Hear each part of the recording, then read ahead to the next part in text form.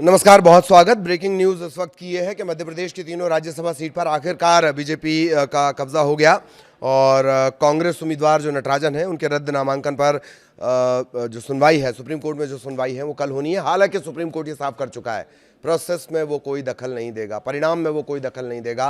अब जो बड़ा अपडेट इस वक्त का है वो ये कि राज्यसभा में मध्य प्रदेश कोटे की जो तीनों सीटें हैं भाजपा के ने वो जीत ली हैं और विधानसभा में रिटर्निंग ऑफिसर अरविंद शर्मा ने दोपहर को करीब करीब कुछ देर पहले का ये घटनाक्रम है, 3:30 बजे के आसपास का, तो रजनीश अग्रवाल, तरुण चुग और महेश केवट को निर्वाचन प्रमाण पत्र भी सौंप दिया है।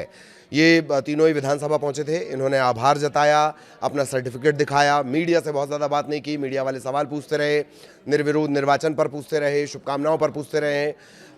सिर्फ जो रजनीश अग्रवाल है, चूँकि रजनीश अग्रवाल बहुत मुखर है और बहुत बेहतरीन व्यक्तित्व जो है रजनीश अग्रवाल, उन्हें आपने अक्सर देखा होगा भाजपा का पक्ष रखते हुए और बहुत संघर्ष उन्होंने किया है। खैर, तो सिर्फ रजनीश अग्रवाल ये कहते रहे बहुत धन्यवाद, बहुत धन्यवाद। इसके अलावा और किसी ने कोई बातचीत नहीं की। तीनों ने अपना सर्टिफिकेट यहाँ से ले लिया है, यानी निर्वाचन प्रमाण पत्र भी तीनों को, किसको? तरुण चुग को, महेश केवट को। महेश केवट एक खास रिकॉर्ड बना गए कि पार्षद से उच्च सदन, देश के उच्च सदन तक वो पहुँचे हैं महेश केवट।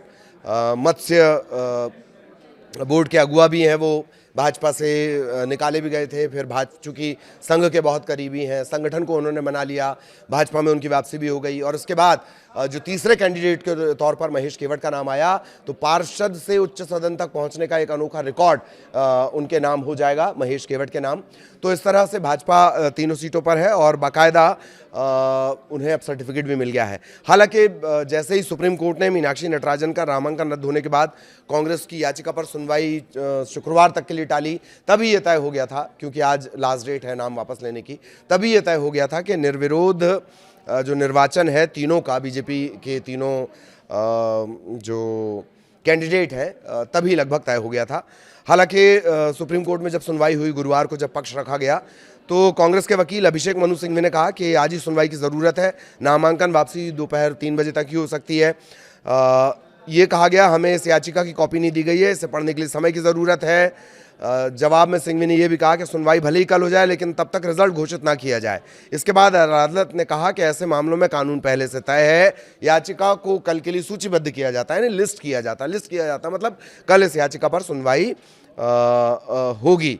और कांग्रेस ने जो ये याचिका है ये बुधवार गुरुवार की दरमियानी रात 1:48 पर डिजिटली दायर की थी, देर रात डिजिटली दायर की थी और रिटर्निंग ऑफिसर पर गंभीर आरोप है, गैर कानूनी, मनमाने और पक्षपातपूर्ण तरीके से फैसला लिया गया है, इसे रद्द किया जाए।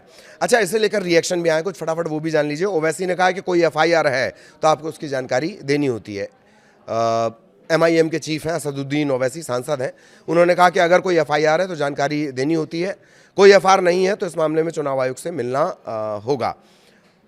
तरुण चुग को, सभी को निर्वाचन पत्र दे दिया गया है और आरोप प्रत्यारोप के दौर के बीच आखिरकार तीनों विधानसभा पहुंचे, आभार जताया, झुककर अभिवादन किया और फिर अपना सर्टिफिकेट लेकर ये रवाना हो गए। रिएक्शन लेने की कोशिश की गई लेकिन रिएक्शन नहीं मिले। इस वक्त की सबसे बड़ी और ब्रेकिंग न्यूज़ यही है, मध्य प्रदेश के कोटे की 3 राज्यसभा सीटें तीनों बीजेपी के पास।